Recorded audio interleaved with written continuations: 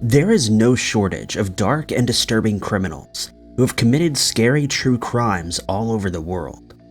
Sometimes these criminals are caught relatively quickly, while others are allowed to commit their crimes for years or even decades before they're finally caught.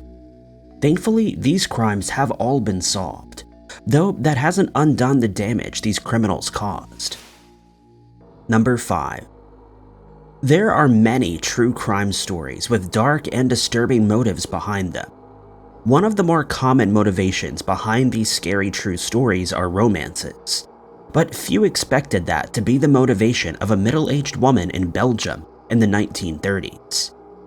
Marie Alexandrine Becker was born in 1877 and in 1906 became Miss Becker when she married a cabinet maker named Charles Becker. Marie played the role of the loving housewife and was the last person anyone would have expected as being at the center of a true crime story. Throughout the marriage, Marie had affairs, but she craved more excitement. When she was 53 years old, she met a man named Lambert Bayer. Lambert was several years Marie's junior and was known as a womanizer. The two started an affair which apparently gave Marie the excitement she needed.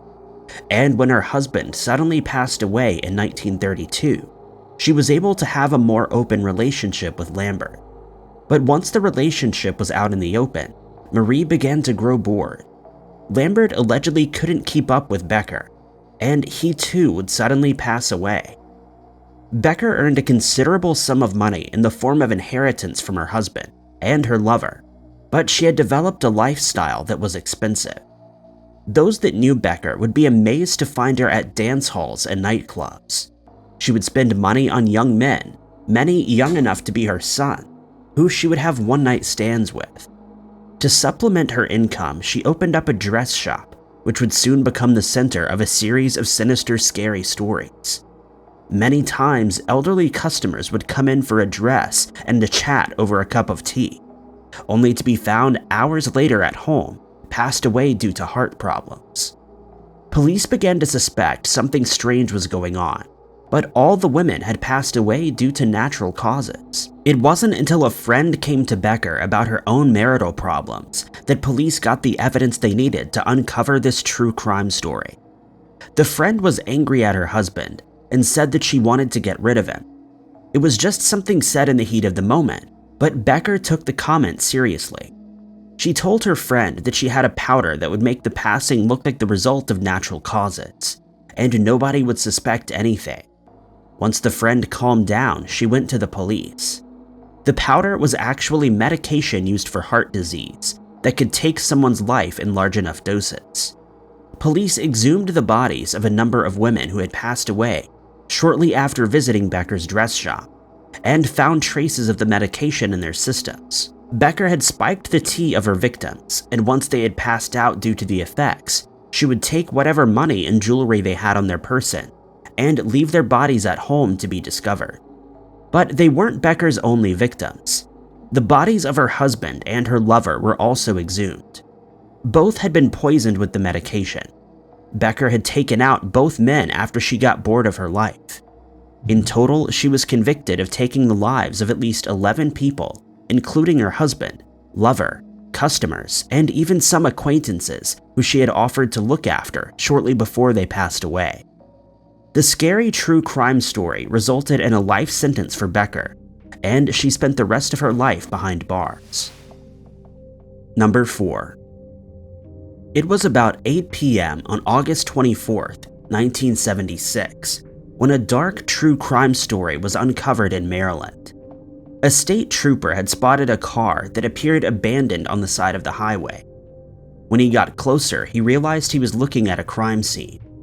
Placed upside down in the front seat of the car was the body of Peggy Pumpiet. An ambulance was called, but Peggy had long since passed away by the time it arrived. She had multiple wounds, including bullet wounds. 38 caliber bullets were found at the scene. The true crime story baffled police. Peggy apparently lived a perfectly ordinary life, and if she had any dark secret that would have led to her having her life taken, they didn't know about it. But the thing that confused police the most was the fact that the criminal responsible had left her at the side of a busy road. It was as if he wanted her to be found. The bullets that had been left behind provided an important clue, though. Forensic analysis found that they'd been from the same weapon used to take the life of another woman 8 months earlier. Kathleen Cook had disappeared during a New Year's Eve party in 1975. She had been out with her fiancé, a Baltimore police officer, at a nightclub. At one point, the club alerted Kathleen to an issue with her car. Some sources say she was supposedly blocking someone in, while others say she'd left the lights on. Kathleen went out to resolve the issue and was never seen alive again. Her body was found behind the shopping center that the club was in. She had been attacked and passed away due to bullet wounds. Despite this progress, the criminal investigation went cold. It was only by chance that the case was finally solved. On July 20th, 1977, 2 police officers in Baltimore passed a Volkswagen being driven by Charles William Davis. Davis was an ambulance driver who had been questioned in both cases. He matched the description of a man who had been seen with Peggy hours before her body was found, but he had an alibi for the time of the crime. One of the police officers recognized Davis, but more importantly, he recognized that the license plates on the Volkswagen didn't belong to the car. Davis was pulled over and his car was searched. Police found a car radio, which it turned out had been stolen. The victim of the theft was another woman who had been violently attacked and robbed. One of the items stolen was a credit card, the same card that had been used to purchase multiple items in Davis's vehicle. Davis was first arrested for the theft and attack, but later confessed to taking the lives of Peggy and Catherine. In Catherine's case, he had mistaken her for someone else. On the night of the crime, he had paged the club to tell her about a problem with her car, then attacked her when she came outside. With Peggy, he had offered to help her when she asked for directions, only to take her life. He was found guilty of taking the lives of the women and was sentenced to life in prison. Later, he was found guilty of taking the life of a third earlier victim, but it was believed he may have had others. Number 3. In June of 2020, police investigators were called to a crime scene in Cottageville, West Virginia. A woman was sitting slumped over on the couch of her mobile home with severe head injuries. At first, police believed she was no longer alive, but a gurgling noise alerted them to the fact that she was still breathing, but barely. The woman was Wanda Palmer. She was rushed to the hospital, but she fell into a coma. Police were left to try to piece together this strange true crime story. Wanda was 49 years old at the time of her attack. She lived alone in a mobile home next door to her mother. On June 10th, a man who had been hired to mow Wanda's lawn went to her home and found her badly wounded. He ran to Wanda's mother's house and she contacted police. Wanda's mother claimed she hadn't heard anything the night before, and what happened to her daughter was a mystery. As police began to investigate the true crime, her brother Daniel became a suspect. Daniel and Wanda had a violent past, and those who knew the siblings knew Daniel could be cruel to his young sister. Someone who had driven past Wanda's home at about midnight the night before she was discovered reported seeing Daniel on the porch outside.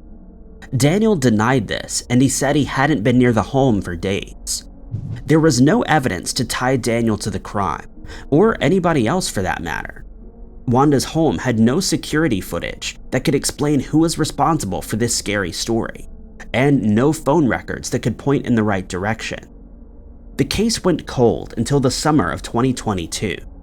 Police received a call from the nursing home where Wanda was being cared for. She had been in a coma for 2 months, but now she had woken up. At first, Wanda could only communicate in single words, but she told authorities she remembered the attack. She named Daniel as the person who had attacked her. When asked why he would do something like this, she said that he was mean. Daniel was arrested, though he continued to deny his part in the crime. But before Daniel could be put on trial, he mysteriously passed away. The cause for Daniel's passing is believed to be natural causes. He leaves behind many questions, not the least of all of why he committed such a terrible crime. Number 2. It was 17 days after a follower of the Charles Manson cult had tried to take the life of then US President Gerald Ford. To have one serious attempt on his life was extremely unlucky, but it's unlikely that Ford expected the true crime horror story to be repeated less than 3 weeks later. Sarah Jane Moore was a 45-year-old woman, and the last person anybody would have expected to be at the center of such a dark crime. She was a mother and an accountant, but she had a secret none of her friends knew. She was an FBI informant and had been encouraged to infiltrate leftist organizations. It was a role Moore had completed successfully, but she'd begun to believe the left-wing ideologies of those around her. Her paranoia only got worse when the FBI cut ties with her. She was unable to get through to the people she had previously been working with, and now she was convinced the government were going to take the lives of everybody in the leftist organization, including herself. It was at this time of extreme political division and pressure on Moore that she concocted her plan to commit a devastating true crime. She bought a weapon and practiced with it daily. The previous attempt on Ford's life had failed because the criminal didn't know how to use her weapon. Moore wasn't going to make the same mistake, but even though she hadn't been able to get through to the FBI agents, it didn't mean that they had lost interest in her. They could see she was plotting something, and on the morning of September 22nd, 1975, she was arrested for carrying a concealed weapon. Her weapon was confiscated and Moore was released. It was a mistake that could have been deadly. The same day, Moore purchased another weapon. It wasn't the same caliber as the one she'd been practicing with, and the sight was faulty, but it was good enough. She went to the St. Francis Hotel and waited in the crowd for Ford to emerge. The first bullet missed Ford by a few inches. If the sight hadn't been faulty, she would have hit him. A Vietnam War veteran who was beside Moore reacted quickly. When she raised her arm to fire again, he grabbed her. This time, the bullet bounced off the wall behind Ford and hit a taxi driver, but he only had minor wounds. Ford was bundled into his armored car while Moore was arrested. She was later found guilty of her crime. She said she regretted it because she had achieved nothing, but still believed something drastic had needed to be done to change America. She briefly escaped prison in 1989, but handed herself in 2 days later. She was released in 2007. Number 1. Starting in 1965, a series of disturbing, scary crimes occurred in Vancouver. The victims of these crimes were often alcoholics or street workers, or both, and most were First Nations women. At first, police didn't even realize any of the crimes were taking place, but by 1987, it was undeniable that something strange was going on. It started with a woman named Ivy Rose Oswald. She was a switchboard operator. Her body was found in a hotel room in April of 1965. The alcohol level in her system was 0.51. The drunk driving limit was just 0.08, and normally people pass out when their alcohol levels reach 0.3. It was determined that Ivy had passed away due to alcohol poisoning, and it was ruled accidental. Nobody realized Ivy had spent that evening with Gilbert Paul Jordan. Jordan would later be identified as a dangerous criminal. He was an alcoholic who spent much of his life in and out of prison for various offenses. During one of those stints, he trained as a barber. This would later lead to him being nicknamed the Boozing Barber. Most of his crimes were alcohol-related, including 2 cases of drunk driving in the same day. But it wouldn't be until the 1980s that he began to repeat the crimes he had committed against Ivy more frequently. Jordan either found his victims at bars or hired them. Those he found at bars were usually alcoholics who he would buy drinks for and encourage them to drink far more than they could handle. The women he hired, he simply paid to drink. He would take the women back to a hotel or to his barber shop and encourage them to drink more. Sometimes he would pay extra if his victims would drink an entire bottle of liquor. Once they passed out, he would continue to pour alcohol down their throats until they succumbed to the poisoning. After that, he would simply leave their bodies to be found. Most of the time, the cases were ruled accidental. That was despite the fact that many of the victims consumed far more alcohol than it would have been physically possible for them to do alone. It wasn't until 1987 and the passing of Vanessa Lee Buckner that police realized the true crime that had taken place. Vanessa was found in a hotel room. Like other victims, she passed away due to alcohol poisoning, but her alcohol level was 0.91. Police could not believe Vanessa had ended up in this state by herself. A month later, another woman was found in a similar state to Vanessa. She had also passed due to alcohol poisoning. Fingerprints connected Jordan to the crime scene, and he was placed under surveillance. For just 2 weeks, police watched him and learned his modus operandi. In that time, 4 women almost became victims. It was only because police stepped in that Jordan wasn't added to his count. He was finally arrested and found guilty of taking Vanessa's life. However, he would only receive a sentence of 9 years in prison, and only served 6 for his dark crime. He was believed to be involved in the passing of at least 10 women, though he was only ever charged in Vanessa's case. Thank you guys so much for watching. If you liked this video, be sure to hit that like button. Also, don't forget to subscribe and click that notification bell to keep up to date with all of our future uploads. But my name is Ty Knotts, and I'll catch you guys in the next video.